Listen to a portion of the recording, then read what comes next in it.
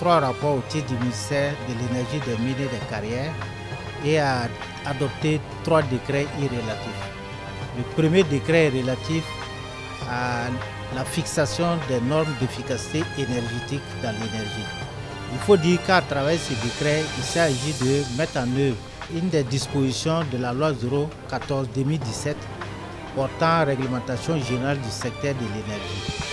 À travers cette loi, l'efficacité énergétique a été portée comme un des maillons essentiels dans la mise en œuvre de la politique énergétique. Il s'est agi à travers ces décrets de porter un certain nombre d'éléments qui doivent contribuer à terme à renforcer les dispositifs énergétiques dans notre pays.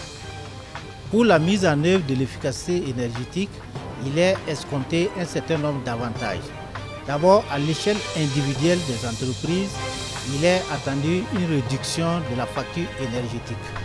À l'échelle de la SONABEL, il est escompté également un gain en termes d'économie pour pouvoir reporter sur d'autres consommateurs éventuellement.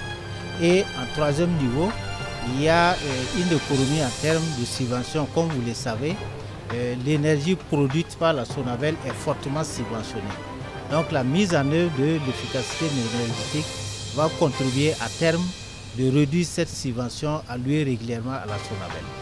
Pour ce qui concerne le deuxième décret, il s'agit de porter un texte sur les règles d'exploitation du réseau électrique. Comme vous le savez, à la faveur de la loi 014-2017, un certain nombre d'acteurs sont dans le secteur de l'électricité, notamment dans le maillon production.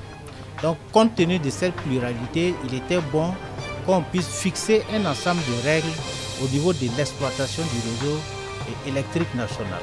Donc, ce décret va fixer un certain nombre de standards et de règles permettant d'assurer non seulement la sécurité, mais également la sûreté dans l'exploitation du réseau. Enfin, le troisième décret est relatif à la détermination des quantités maximales dont doivent pouvoir détenir ou posséder les éventuels acteurs au niveau du secteur de l'artisanat minier.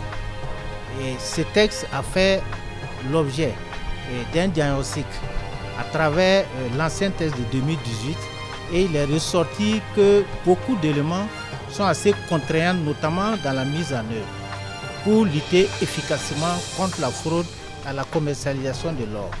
Donc le texte va viser à apporter beaucoup plus de souplesse afin de permettre aux différents acteurs de pouvoir circuler assez librement à l'intérieur du territoire avec une certaine quantité.